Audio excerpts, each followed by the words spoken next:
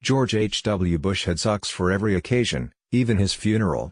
George H. W. Bush enjoyed wearing a colorful pair of socks for different occasions. A special pair is even picked out for his funeral. The World War II Navy pilot will be laid to rest wearing socks adorned with an image of Squadron of Planes, his spokesman, Jim McGrath, said Monday. McGrath tweeted a picture of the offbeat footwear with a shout-out to the crew of the USS George H. W. Bush, an aircraft carrier. The 41st president will be carried to his final rest wearing socks that pay tribute to his lifetime of service, starting as an 18-year-old naval aviator in war.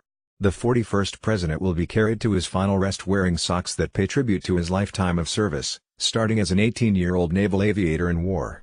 That legacy is now being carried, in part, by the brave, selfless men and women aboard. That legacy is now being carried, in part, by the brave, selfless men and women aboard, McGrath tweeted. Bush was diagnosed in 2007 with a form of Parkinson's that eventually cost him the ability to walk. He relied on wheelchairs and scooters to get around. Being so often seated, his ankles were frequently visible, and Bush wanted to make a bold fashion statement. Brandishing colorful socks is simply his way of making the best of his mobility situation and still finding the joy in life, the late president's daughter, Dora Bush Koch, wrote in her book, My Father, the President. Bush was 94 when he died Friday night. His funeral and interment is set for Thursday at the George Bush Presidential Library and Museum at Texas A&M University in College Station. I like a colorful sock. I'm sock man, he told granddaughter Jenna Bush Hager in a 2012 interview with The Today Show.